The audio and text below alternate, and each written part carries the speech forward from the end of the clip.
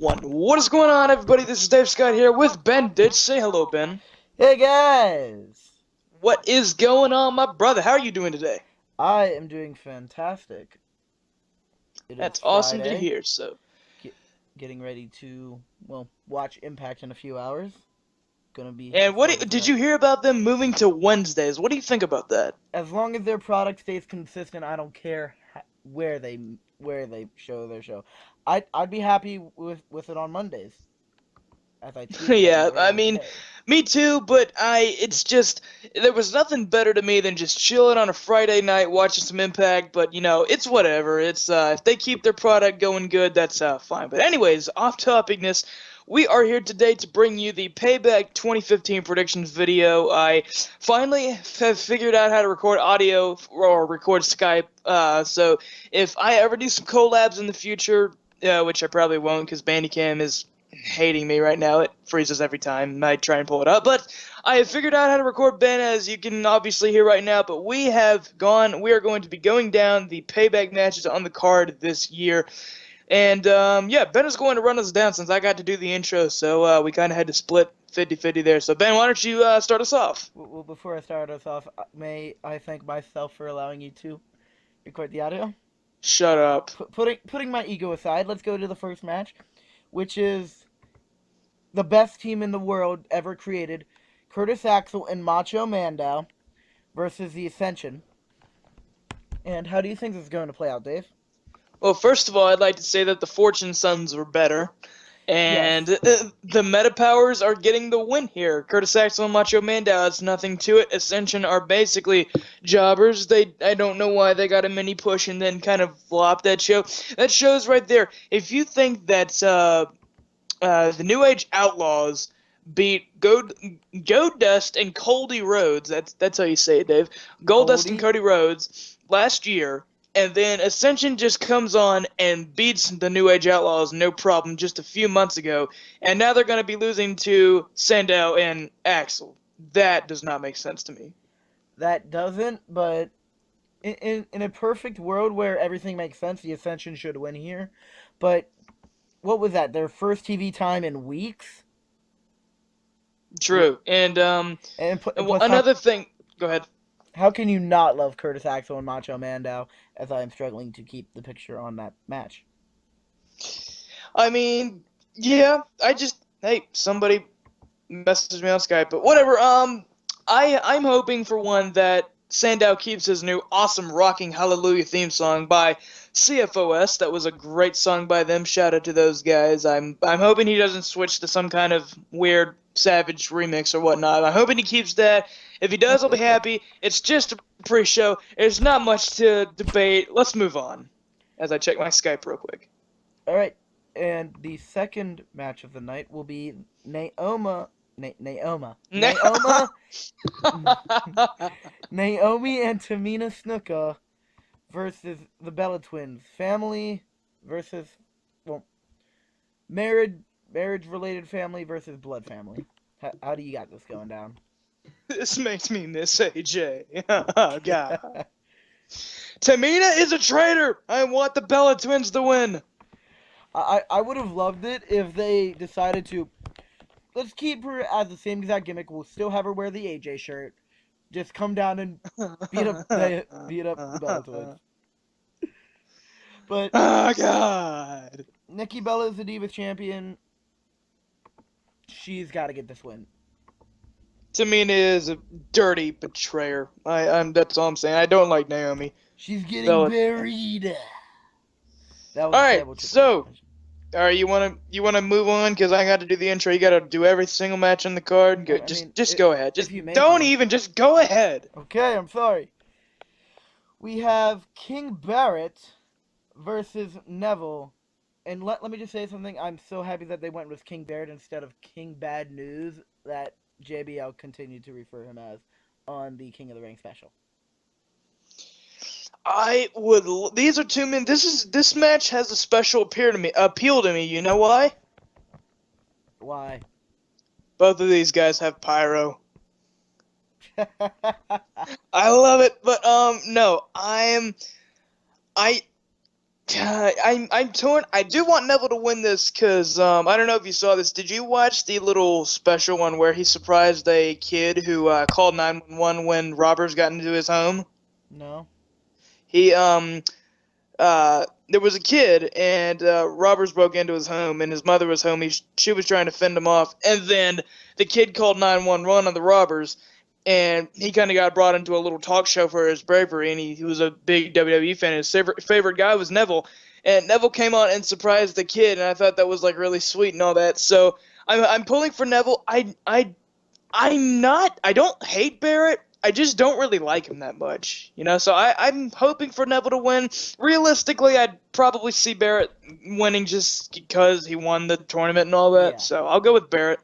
I have Barrett as well because of the fact that he's King Barrett. But I feel like King Barrett was a safe choice for the King of the Ring. Because, I mean, the last two winners were William Regal and Sheamus. They didn't really mean much. The last one that probably did anything with being King of the Ring was Booker T, and that was in 2006. So I feel like Right. Barrett is the perfect guy who can either bring prestige to the King of the Ring thing by staying healthy, but if he gets injured, like he's probably prone to do, then it doesn't matter because the King of the Ring hasn't meant anything recently. And the thing is that it's been like, I'm not sure. I haven't kept up on how many King of the Ring, but I know the past 3 King of the Ring winners in the row haven't been American. Nope, it was William Regal, Sheamus and then Barrett. King Barrett. The last American was Edge, a was it? tough Texan by the name of Booker T. Huh. Is Booker T even American? He's like African or something? No. African American, but he was born in Texas. I think he's Dave is racist. Shh, shh, shh. Yes, you are. That, All right, that let's was go bad. on. New Day versus Cesaro and Kid. Or we could go into the 2 out of 3 falls match. No, that's no fun. I like both teams. I like the New I Day. hate one team. I like the New Days as heels because they just have that gimmick that everyone hates. So it's like, let's cheer them and let's boo them because we hate them. So either the crowd's gonna turn on them again and they'll be faces because they just hate their gimmick and they just want it gone, or they'll continue to be heels. But I want Tyson and Cesaro to win the tag team titles back so bad.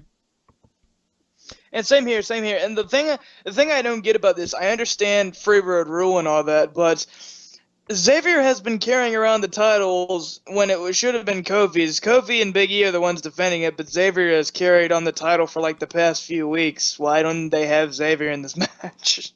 Well, I mean, on the picture from here, it's the New Day versus Cesaro and Ted the Kid. It doesn't exactly say who's going to be defending the championships. But I have a On feeling... Wikipedia it says Big E and Kofi. So. Oh, well, that's just the team that won the titles, probably.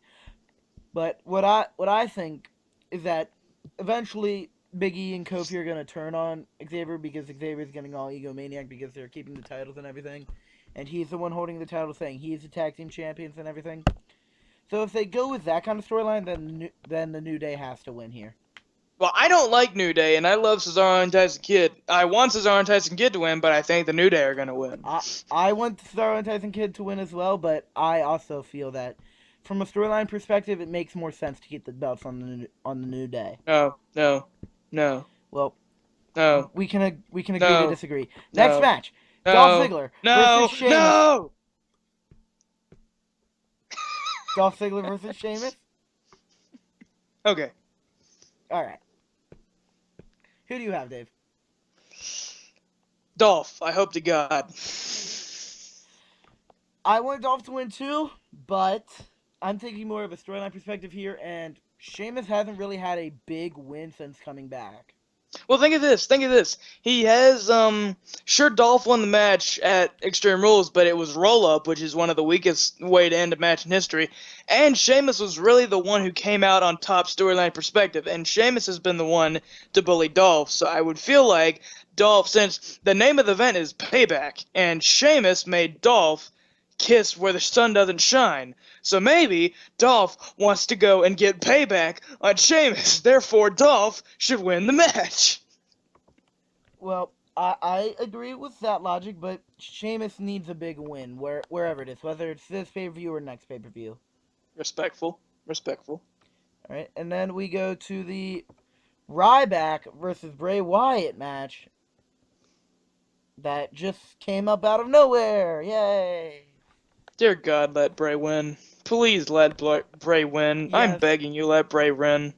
Bray, especially after, I mean, the feud with Dean Ambrose, I don't really think it made anyone look better there.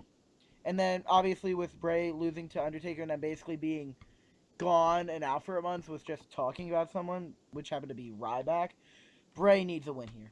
Such a letdown. From going to Taker to Ryback, and I understand that they want to make Ryback look like a viable competitor and this and all that, but if they somehow manage to give Ryback the win, I will have no respect for Bray Wyatt or, this company. I mean, Yeah, because, I'm obviously gonna shut up. I'm obviously gonna stay a wrestling fan, but the way that things have been going, it's tough, and Bray needs this win desperately. I'm really hoping that they give it to him. And because another thing, Undertaker has beaten Wyatt. Wyatt is looking for revenge on somebody. That somebody happens to be Ryback. Ryback. I don't even English. I don't even know. I'm done. I'm done. Goodbye. Okay. Subscribe. Well, all right, Bray definitely needs a win here.